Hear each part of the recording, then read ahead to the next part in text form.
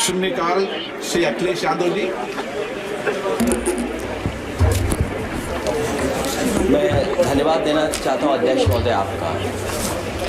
नहीं, हम जो कमिटमेंट करते हैं ना उसको पूरा करते हैं, लेकिन सब दलों के नेताओं की बात में कमिटमेंट होने के बाद भी आप बेल पे आए तो ठीक नहीं है। अध्यक्ष महोदय, कमिटमेंट में, क्रेडिबिलिटी में आपका कोई जवाब नहीं। नहीं, ये नहीं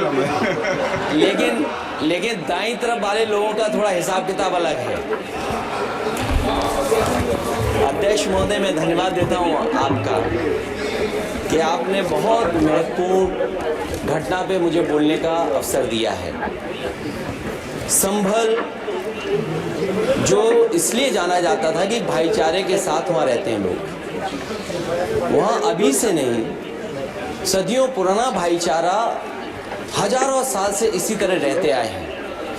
लेकिन अचानक ये जो घटना हुई है, ये सोची समझी रणनीति के तहत वेल प्लान्ड हुआ है और वहाँ के भाईचारे को गोली मारने का काम हुआ है। जो घटना हुई है वो सोची समझी साजिश है। वहाँ जो खुदाई की बात लगातार अध्यक्ष महोदय देश में कोने कोने पर भारतीय जनता पार्टी और उनके सहयोगी और समर्थक, शुभचिंतक बार बार खुदाई की जो बात कर रहे हैं अध्यक्ष महोदय, ये खुदाई जो है हमारे देश का सौहार्द, हमारे देश का भाईचारा, हमारे देश का गंगा जमनी तहजीब को खो देगा। मैं आपका धन्यवाद इसलिए भी देता हूं कि इस महत्वपूर्ण जो साजिश हुई, वो साजिश सोची समझी इसलिए मैं बोल रहा हूं। उत्तर प्रदेश का चुनाव था, पहले 13 तारीख को चुनाव होना था और 13 तारीख के चुनाव को उन्होंने बढ़ा करके 20 तारीख कर दिया। और इस जो घटना है मैं आपके सामने पढ़ना चाहता हूं। अध्यक्ष महोदय, ये यात्रा रुकी क्यों नहीं है? यात्रा ले जाओ दूसरी तरफ। अध्यक्ष महोदय, संभल की शाही जामा मस्जिद के खिलाफ 19/11/2024 को सिविल जज सीनियर डिवीजन चंदौसी संभल में एक याचिका डाली गई। कोर्ट ने दूसरे पक्ष को, अध्यक्ष महोदय सुनिए, ये सुनना चाहिए, हम यूं ही नहीं कहते थे, अध्यक्ष महोदय, हम यूं ही नहीं कहते थे कि संविधान ये मानती नहीं सरकार, हम यूं ही नहीं कहते थे कि संविधान नहीं मानती। जब प्लेसेस ऑफ वर्शिप एक्ट है, प्लेसेस ऑफ वर्शिप एक्ट है, हम बनते तो बहुत कुछ हैं। संभल के शाही जामा मस्जिद के खिलाफ 19/11/2024 को सिविल जज सीनियर डिवीजन चंदौसी संभल में एक याचिका डाली गई। कोर्ट ने दूसरे पक्ष को सुने बगैर उसी दिन 19/11/2024 को सर्वे के आदेश दे दिए। ताज्जुब की बात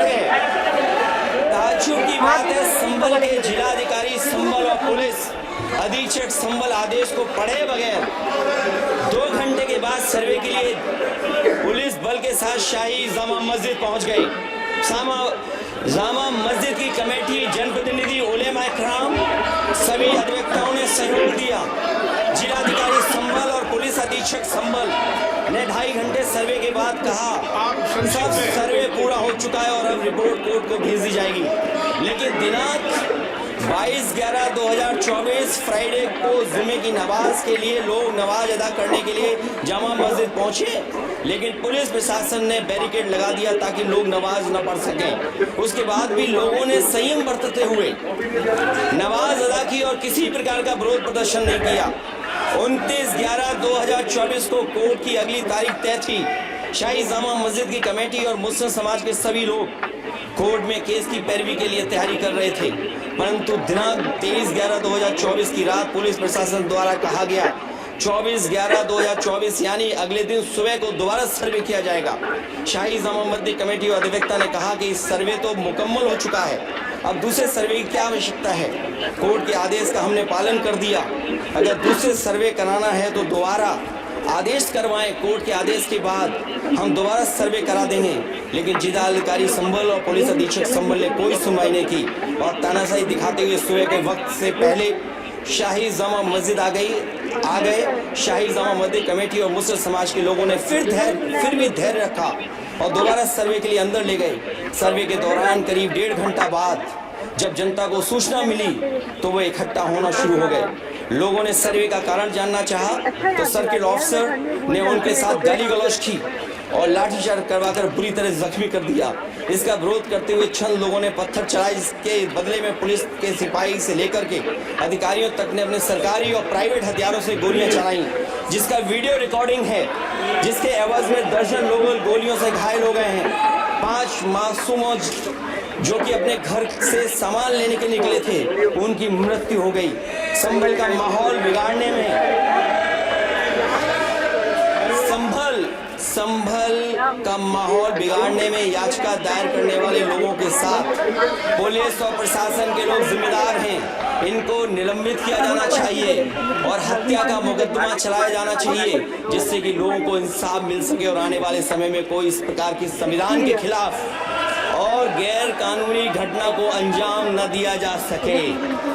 अध्यक्ष महोदय, ये लड़ाई दिल्ली और लखनऊ की है। नो प्लीज कभी दिल्ली पहुंचे थे जिस रास्ते, वही लखनऊ वाले उसी रास्ते पहुंचना चाहते हैं। उज्जवल रमन सिंह जी